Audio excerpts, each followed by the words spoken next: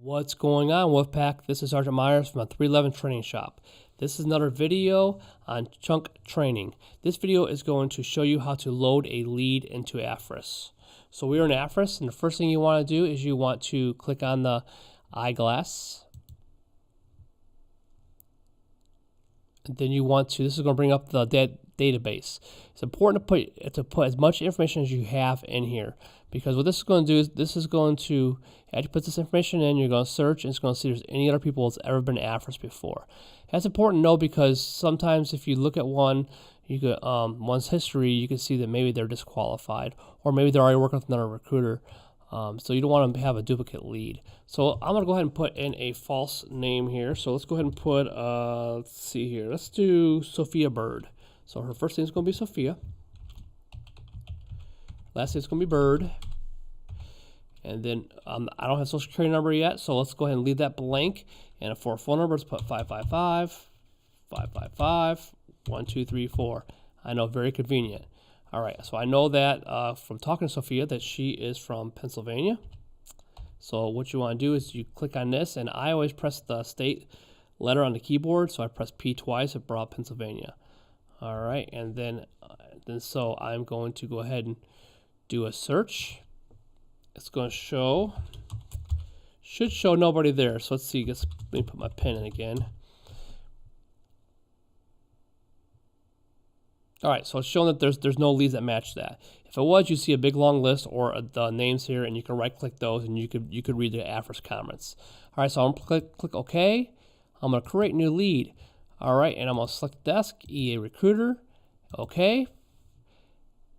And today I am just going to show you the basics, because I want to try to keep these chunk training videos down to no more than 10 minutes. So I've done this a couple times already, and I went over dramatically. So I'm just going to kind of hit some big points here and get all the red in here. All right, so this is going to be something I really want to talk about. This is lead source. A lot of recruiters kind of fly by here. A lot of times they'll put in just real quick, call in, walk in. Okay, you want to put how you receive this applicant. Okay, this is going to help you out tremendously. Let's say that someone talked to you and they said, "Hey, I got one of your letters that you sent me." You want to take credit for that, so you want to put RGM. All right, and so it's going to be recruiter generated mail here. All right, and that's going to help you. It's also going to help your supervisor and us to kind of see where you're getting your leads. You know, like I said, and you worked hard for those leads. Take credit for it. You also want to ask where they heard about the Air Force. Like I usually say, "Hey, have you heard about us before?"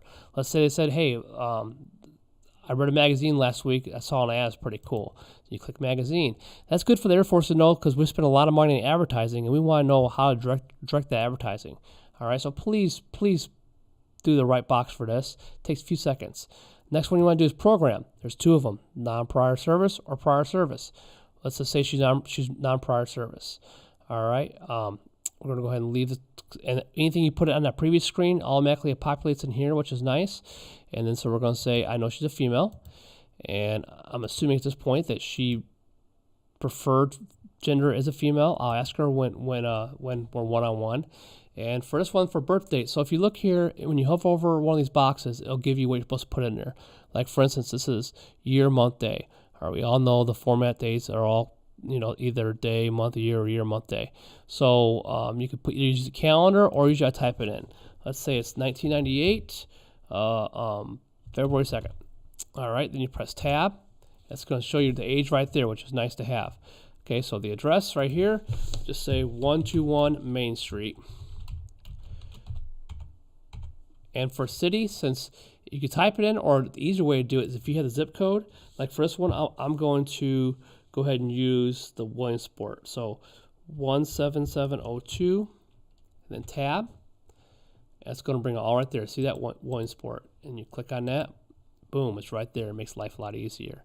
All right, so this is going to be initial height. She told me she was 5'8", so 68 inches. And then once you press tab over, you'll see here it says the minimum. It also has the maximum, so it kind of helps you out. So if you put within 10 pounds, let's do that.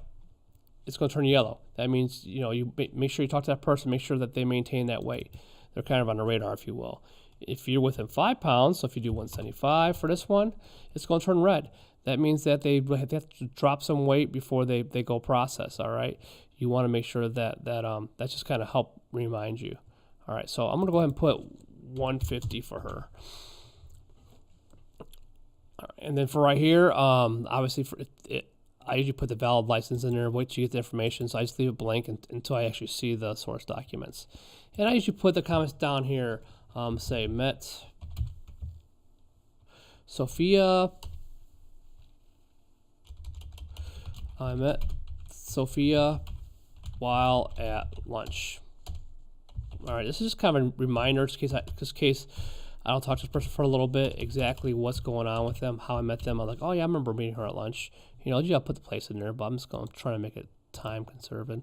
All right, and then obviously if you had more information, put the more information in there, the better. You're eventually going to do it anyways. So if you have it, do it, and then also go through CC Mapids. If you have this information, put this information inside there. Don't forget you could change it. For instance, let's say that you do, and you can also highlight right here, and I'll tell you exactly what it's asking.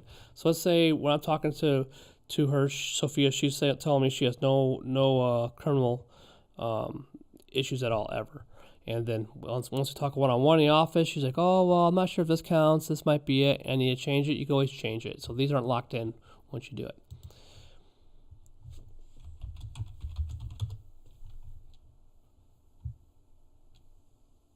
All right, and so you're going to go ahead and submit that.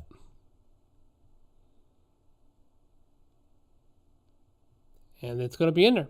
So that is, you see right here, it's going to be not contacted. So I'd go in there and put follow up either in person, by phone, or so and so.